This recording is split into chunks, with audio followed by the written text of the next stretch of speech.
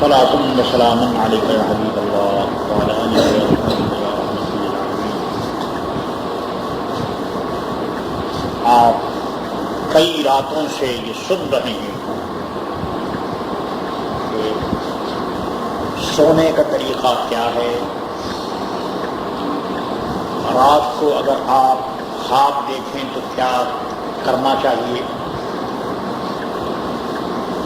اور after sleeping protection کیا ہے، کس طرح سے آپ اپنے آپ کو پروٹیکٹ، اپنی فیملی کو پروٹیکٹ اور اپنے نیبر کو پروٹیکٹ کر سکتے ہیں، یہ آپ نے پہلے سنا۔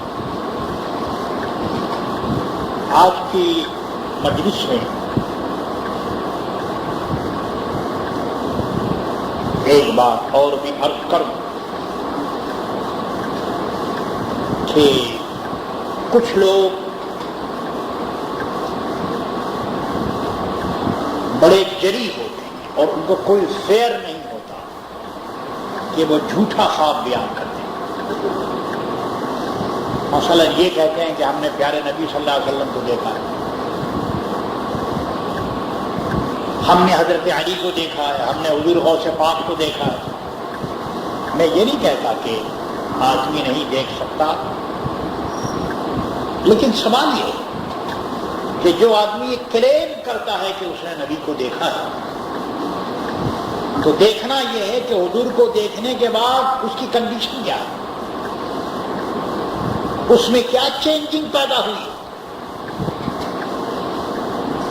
پیارے نبی صلی اللہ تعالی علیہ وسلم کو ہر مسلمان دیکھ سکتا ہے، اس میں کوئی شک نہیں، لیکن یہ دیکھنا اکارڈنگ ٹو ہز پاور اور ہز کیپیسٹی نہیں ہے۔ یعنی کوئی آدمی یہ کہے کہ میں دیکھ سکتا ہوں، وہ جھوٹا ہے۔ ہم کیا دیکھ سکتے ہیں؟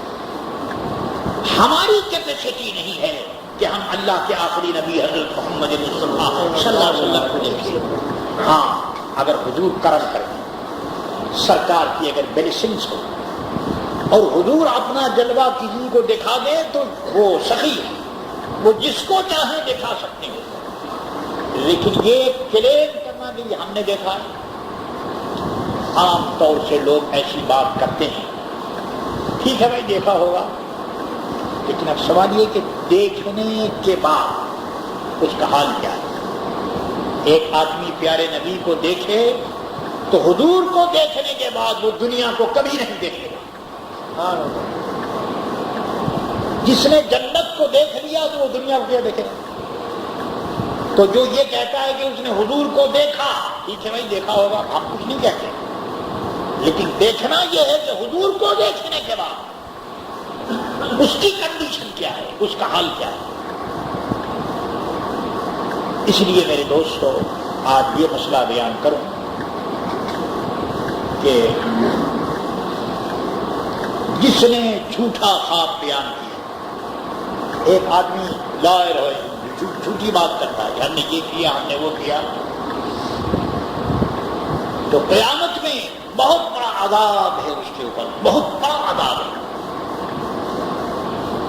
اور جھوٹ بولنا، اور وہ بھی اس طرح سے کہ اس نے حضور کو دیکھا ہے، اللہ، تو اگر حضور کو دیکھا ہے تو ٹھیک ہے بھائی دیکھا ہے، لیکن اگر کسی نے نہیں دیکھا اور صرف سوسائٹی میں اپنے ریسپیکٹ کے لیے، سوسائٹی میں یہ بتانے کے لیے کہ وہ بہت بڑا بزرگ ہے، بہت بڑا پیر ہے، بہت بڑا شیخ ہے، یہ عذاب ہے، یہ بہت بڑا عذاب ہے۔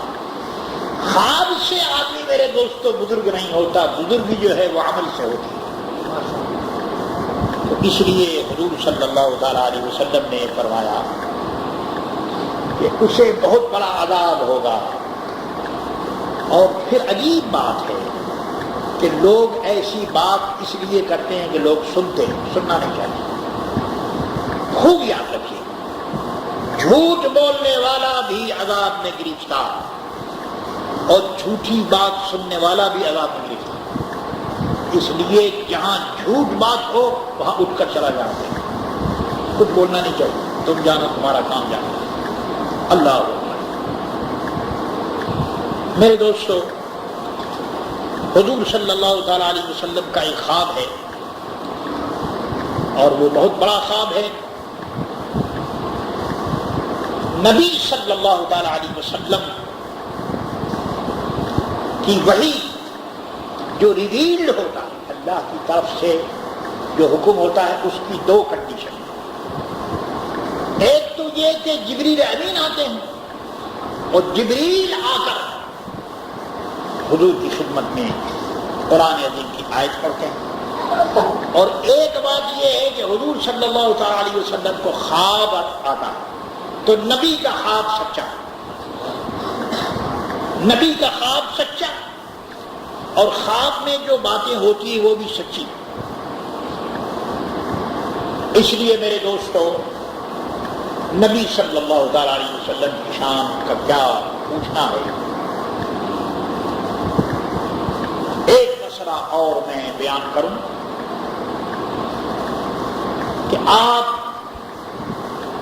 سلیپنگ کے بعد آپ کی آنکھ کھل جائے اور آپ بیدار ہو جائیں، جاگ جائیں، تو خدا کا شکر ادا کیجئے کہ اللہ نے موت کے بعد آپ کو زندگی دی. جو آدمی سوتا ہے وہ بالکل مر جاتا ہے. اب سونے کے بعد اگر اللہ نے زندگی دی تو حضور صلی اللہ تعالی علیہ وسلم فرماتے ہیں کہ الحمدللہ الذی احیانا بعد ما اماتنا الیہ النشور. الحمدللہ الذی احیانا بعد ما اماتنا الیہ النشور. تعریف ہے اس اللہ کی جس نے موت کے بعد یعنی نیند کے بعد زندگی عطا فرمائی. میرے عزیزوں میرے دوستوں، اس دعا میں حضور صلی اللہ تعالی علیہ وسلم کی 4 ایڈوائس ہے. ایک بات تو یہ ہے کہ جو آدمی آپ کو کچھ دے آپ اس کا شکریہ ادا کیجیے. اللہ تعالیٰ نے آپ کو زندگی دی، یہ اس کا بہت بڑا شکر ہے. اور شکر میرے دوستو زبان سے ہوتی ہے، باڈی سے ہوتی ہے. نماز کیا ہے؟ خدا کا شکر ہے. قرآن کی تلاوت کیا ہے؟ خدا کا شکر ہے. الحمدللہ کہنا یہ خدا کا شکر ہے. اور حضور فرماتے ہیں کہ الحمد رأس الشکر ما شکر اللہ من لم یحمدہ. زبان سے اللہ اللہ تعظیم کرنا یہ بہت بڑا شکر ہے. اور جو آدمی شکر نہیں ادا کرتا، بندوں کا شکر نہیں کرتا، وہ خدا کا شکر بھی ادا نہیں کر سکتا.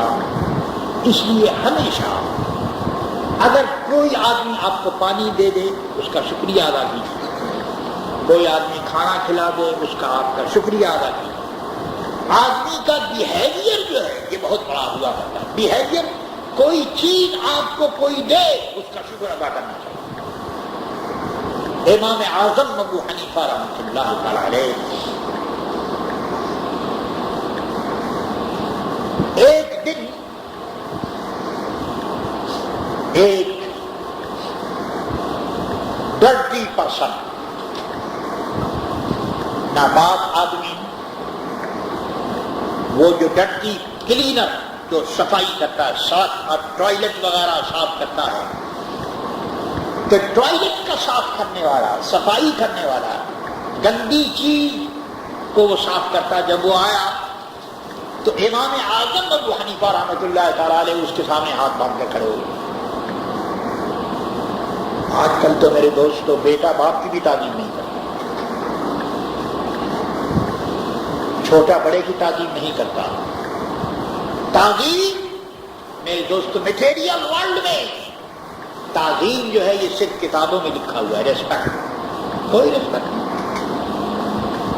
اور یہی وجہ ہے کہ باپ کا راستہ الگ ہے، بیٹے کا راستہ الگ ہے. باپ کا طریقہ الگ ہے، بیٹے کا طریقہ الگ ہے. یہ قیامت کی نشانی ہے، sign of judgment day, sign of last day, sign of قیامت۔ امام اعظم اس آدمی کے سامنے جو ٹوائلٹ اور ڈرٹی پلیس کلینر اس کے سامنے کھڑے ہوئے، تو لوگوں نے کہا کہ حضرت آپ اتنے بڑے امام ہیں، کروڑوں اولیاء کاملین کے آپ امام ہیں، تو آپ یہ ایک بہت ہی گندے لڑکے اس کے سامنے کھڑے ہوئے۔ فرمایا کہ بھائی بات یہ نہیں، تم نہیں سمجھتے، بات یہ ہے کہ اس کا باپ میرا استاد ہے۔ اب آپ سنیے، اس کا باپ میرا استاد تھا۔ اچھا وہ استاد بھی کیا، ظاہر ہے کہ کلینر کا باپ کیا، آپ نے قرآن تو اس سے سنا نہیں ہوگا نہ، قرآن اور حدیث کیا استاد۔ فرمایا کہ ایک بات نہیں ہے، اس کے باپ سے پوچھی، اور اس باپ نے مجھے ٹیچ کیا اور بتایا، اور اس سے میں نے فائدہ حاصل کیا، اس لیے اس کا باپ میرا استاد ہوا، اور میں اس کا شکر اس لیے ادا کرتا ہوں کہ جب اس کا بیٹا سامنے آتا ہے تو میں اس کی تعریف کرتا ہوں۔ میرے عزیز و میرے دوستو، یاد رکھو، جو آدمی تعظیم نہ کرے سمجھ لیجیے کہ اس کا ایمان صحیح نہیں ہے۔ ایجوکیشن اسی لیے تو ہے کہ آدمی اللہ اس کے رسول کو جانے۔ جس ایجوکیشن سے آدمی اپنے باپ کو نہ جانے، اپنے باپ کو نہ سمجھے، اپنے باپ کی تعظیم نہ کرے، میرے دوستو ایسے ایجوکیشن سے بہتر ہے کہ آپ جاہل رہیں۔ جو جاہل، جس کے پاس کوئی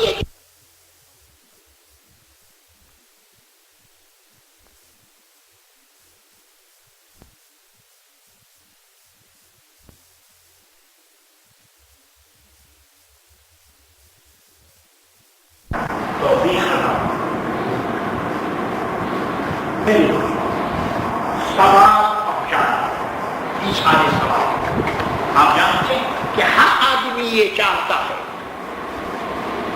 کہ وہ ثواب جو لوگ دنیا سے چلے گئے، جن کا انتقال ہو گیا، پاسٹ میں دنیا سے چلے گئے، ان کو ہم ثواب کیسے پہنچائیں۔ سنیے، اس کا ایک طریقہ یہ ہے،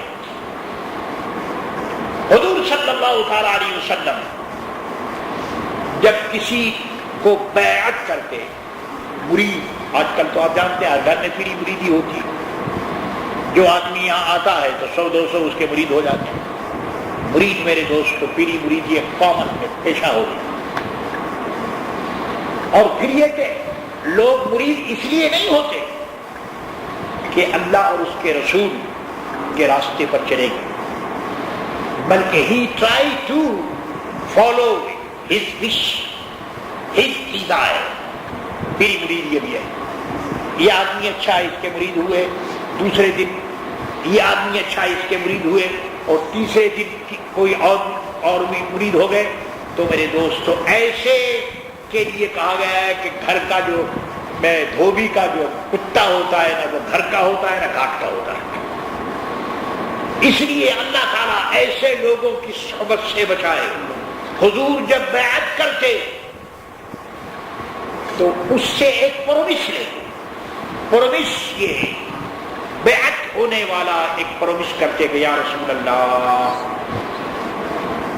میں ہر مسلمان کے ساتھ اچھا